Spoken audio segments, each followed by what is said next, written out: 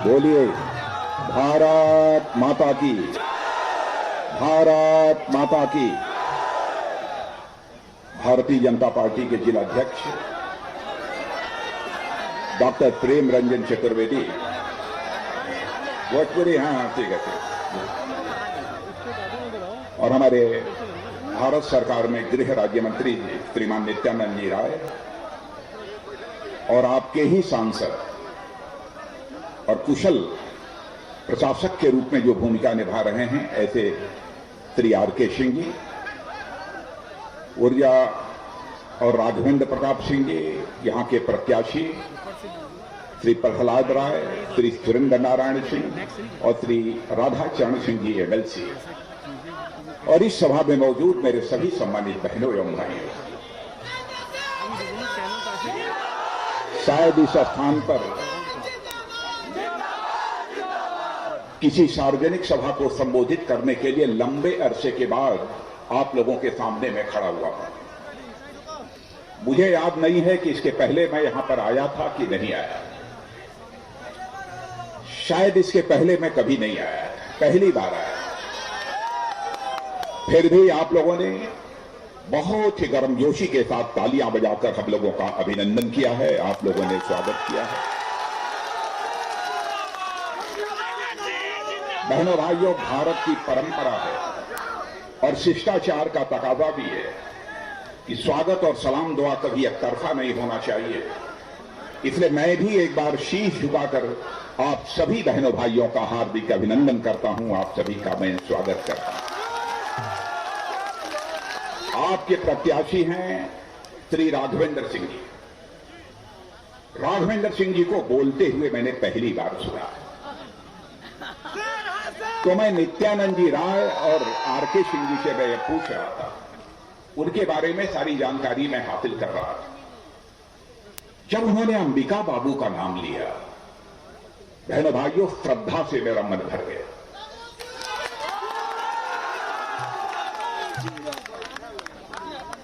और यह भी मुझे बतलाया कि लगभग 4-5 बार से राघवेंद्र बाबू 6 बार से यहां के विधायक हैं। लेकिन जब वह बोलने के लिए खड़े हुए और जनता ने जिस गर्मजोशी के साथ उनका स्वागत किया, मैं इस नतीजे पर पहुंच गया कि इस विधानसभा क्षेत्र की जनता ने मन बना लिया है कि रिकॉर्ड मतों से राघवेंद्र सिंह जी को विजय दिलाकर हमको बिहार की विधानसभा में भेजना है।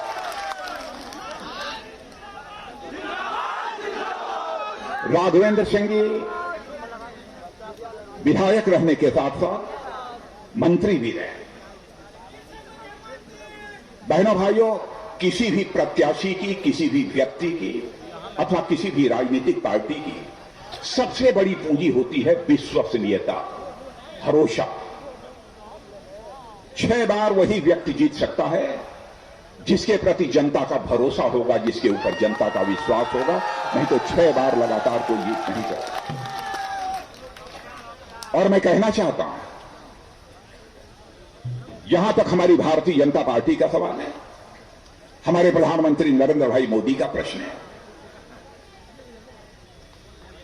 और मैं भी लंबे समय तक भारतीय जनता पार्टी के राष्ट्रीय अध्यक्ष के रूप में भी जिम्मेदारी संभाली है। श्रद्धेय अटल बिहारी वाजपेयी, आदरणीय अडवाणी जी जैसे नेताओं को भी देखा।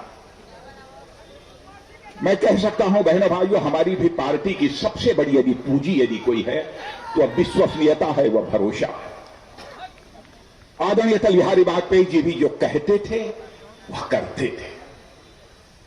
और आज के अपने प्रधानमंत्री नरेंद्र भाई मोदी के बारे में मैं बतला सकता हूं बहनों भाई, भारत ही नहीं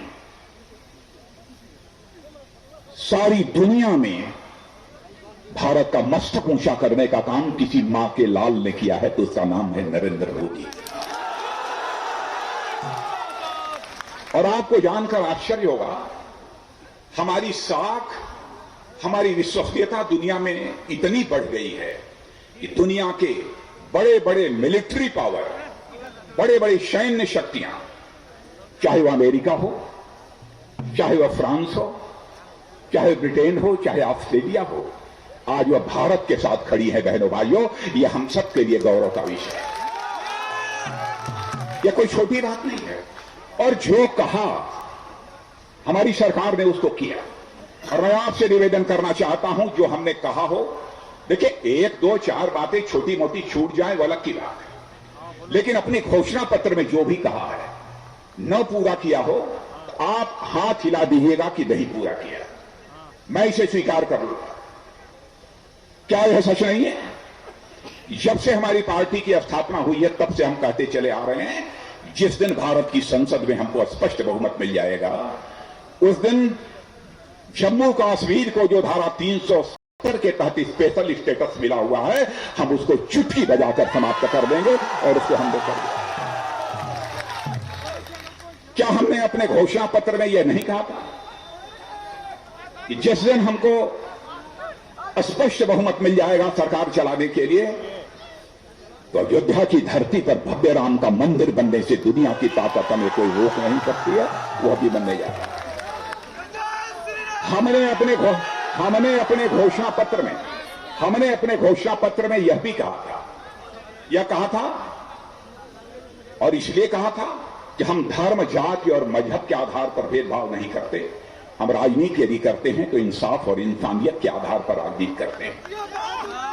हमने कहा था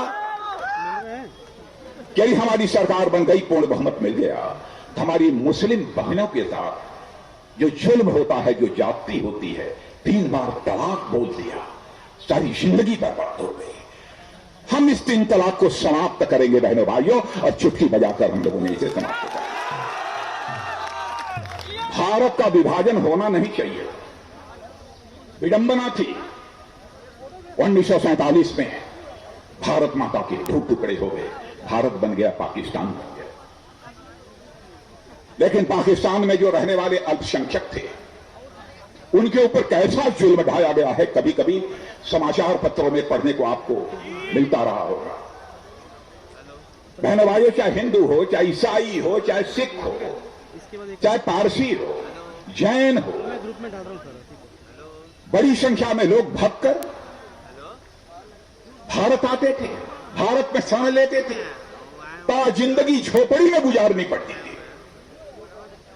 हम लोगों ने फैसला किया था कि जो भी ऐसे अल्पसंख्यक प्रताड़ित होने के बाद पाकिस्तान से भारत में आएंगे, उनको हम नागरिकता प्रदान करेंगे, और नागरिकता का कानून भी बहनों भाइयों हम लोगों ने पास कर दिया। दूसरी बात, मैं राजीव गांधी की आपको याद दिलाना चाहता हूं। राजीव गांधी जी हमारे प्रधानमंत्री थे। बहनों भाइयों, चाहे कांग्रेस का प्रधानमंत्री हो, जनता दल का हो, किसी का हो, मैं किसी प्रधानमंत्री के बारे में कभी भी गलत बात नहीं बोलता हूं और कभी भी ऐसी बात नहीं बोलता हूं जिससे कि वह व्यक्ति अपमानित हो। क्योंकि हमारा मानना है प्रधानमंत्री किसी राजनीतिक पार्टी का नहीं होता है, वह व्यक्ति नहीं होता है, वह स्वयं में संस्था होता है, इंस्टीट्यूशन होता है। और बहनों भाइयों, संस्थाओं की, मैं नौजवानों से भी कहना चाहता हूं, संस्थाओं की बराबर इज्जत की जानी चाहिए, चाहे किसी भी दल का वह क्यों हो, भले ही वह गड़बड़ हो, लेकिन सार्वजनिक रूप से उसका सम्मान किया जाना चाहिए। क्योंकि जब संस्थाओं के प्रति जब लोगों का विश्वास टूटने लगता है, तो बहनों भाइयों, उस देश को भी टूटने से दुनिया की कोई ताकत नहीं बचा सकती। जैसे परिवार में मुखिया पर भरोसा यदि टूट जाए तो परिवार नहीं चल सकता है, वैसे ही संस्था से यदि विश्वास उठ जाता है तो देश का लोकतंत्र भी समाप्त हो जाता है। उन्होंने कहा था कि हम 100 पैसा ऊपर से भेजते हैं, लेकिन 14 पैसा या 16 पैसा केवल नीचे तक पहुंच पाता है। धन्य है हमारे प्रधानमंत्री नरेंद्र मोदी। प्रधानमंत्री बनने के साथ ही मुझे याद है बहनों भाइयों, जब प्रधानमंत्री बने थे तो राष्ट्रीय अध्यक्ष मैं ही था। पहला काम जो उन्होंने किया, उन्होंने कहा कि राजनाथ जी, अब वो सिलसिला बंद होना चाहिए कि दिल्ली से 100 पैसा जाता है और नीचे 14 पैसा और 16 पैसा मुझे। फैसला किया हमारे प्रधानमंत्री ने कि प्रधानमंत्री जनधन योजना के अंतर्गत सारे लोगों के खाते खोल दिए जाएं बैंकों में। बहनों भाइयों, खाते खोल गए। अब मैं बतलाना नहीं चाहता है क्या क्या उसमें आता है। क्या यह सच नहीं है कि 100 पैसा दिल्ली के बैंक से निकलता है तो आपके खाते में, चाहे वह किसान सम्मान निधि 6000 रुपए की हो, चाहे गैस सिलेंडर की सब्सिडी हो, चाहे आपकी स्कॉलरशिप हो, वजीफा हो, हर चीज सीधे सीधे पूरा का पूरा पैसा आपके खाते में पहुंच जाता है। अब कोई भी पैसा लूटने वाला नहीं है। यह विश्वास और भरोसा हम लोगों ने दिया है कि नहीं। स्टूडेंट, यहां छात्र भी खड़े हैं, स्टूडेंट क्रेडिट कार्ड हम लोगों ने जारी किया है बहनों भाई, और 2 लाख, मैं बिहार की बात बतला रहा हूं, 2 लाख छात्रों को सस्ते दर पर कर्ज दिया जा रहा है। कई ऐसे कदम हम लोगों ने उठाए। जहां तक भारतीय जनता पार्टी और जनता दल यू का प्रश्न है, मैं तो कहता हूं बहनों भाइयों, इस जोड़ी को आप नकारना मत। जानते हैं ये कैसी जोड़ी है? जैसे क्रिकेट में सचिन और सहवाग की ओपनिंग जोड़ी थी, जैसे क्रिकेट में सचिन और सहवाग की ओपनिंग जोड़ी थी, वैसे ही बिहार की राजनीति में भारतीय जनता पार्टी और जनता दल यू की जोड़ी है। मैं यहां के मुख्यमंत्री नीतीश कुमार जी के बारे में भी कहना चाहता हूं। सुशील मोदी जी को भी आप अच्छी तरह जानते हैं, उनके बारे में मैं कहूं, क्योंकि ये लोग सरकार का नेतृत्व कर रहे हैं। आप यह तो कह सकते हैं कि नीतीश कुमार जी ने, सुशील मोदी ने यह काम किया, यह नहीं किया, इस पर तो आप बहस कर सकते हैं। लेकिन बहनों भाइयों, मैं भी लंबे समय से राजनीति कर रहा हूं, और यहां तक कि भारत का गृह मंत्री होने के नाते खुफिया विभाग भी हमारे पास रहा है। मैं कह सकता हूं, चाहे हमारे वह नीतीश कुमार हों अथवा सुशील मोदी, बहनों भाइयों, बिहार नहीं, भारत का कोई व्यक्ति उंगली उठाकर नहीं कह सकता कि उनके ऊपर भ्रष्टाचार की कोई दाग लगी हुई है। भ्रष्टाचार के अंतर्गत उन्हें जेल की हवा नहीं खानी पड़ी है। क्या यह कोई छोटी बात है? जिसके हाथ में हजारों करोड़ रुपए हो, उसके ऊपर भ्रष्टाचार का आरोप नहीं लगा। और आज तरह तरह की बातें की जा रही हैं। क्या यह सच नहीं है लोगों के घरों में बिजली पहुंच रही है? बहनों भाइयों, लालटेन युग समाप्त हो चुका है, अब एलईडी युग आ गया है। एलईडी युग आ गया है, लालटेन युग समाप्त हो गया। और लालटेन तब फूट गई बा,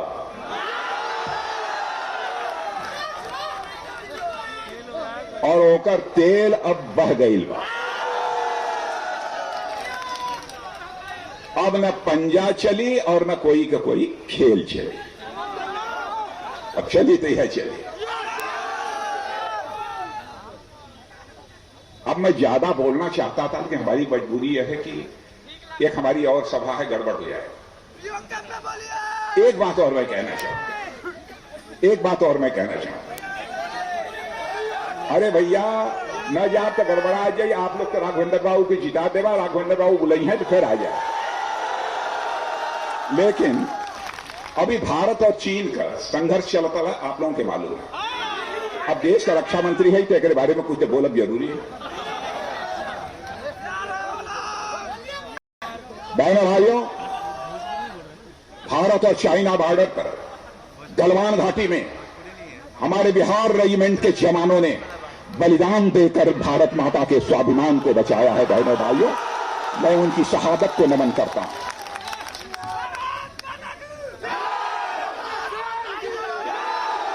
और उन माताओं के सामने शीश झुकाकर मैं नमन करता हूं, उनके चरणों में मैं नमन करता हूं, जिन्होंने ऐसे लाल अपनी कोख से पैदा किए हैं, जिन्होंने कि अपना बलिदान देकर भारत का मस्तक ऊंचा किया है दुनिया में।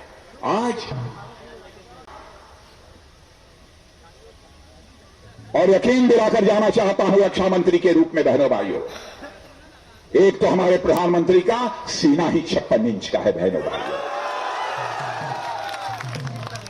और यकीन दिलाकर जाना चाहता हूं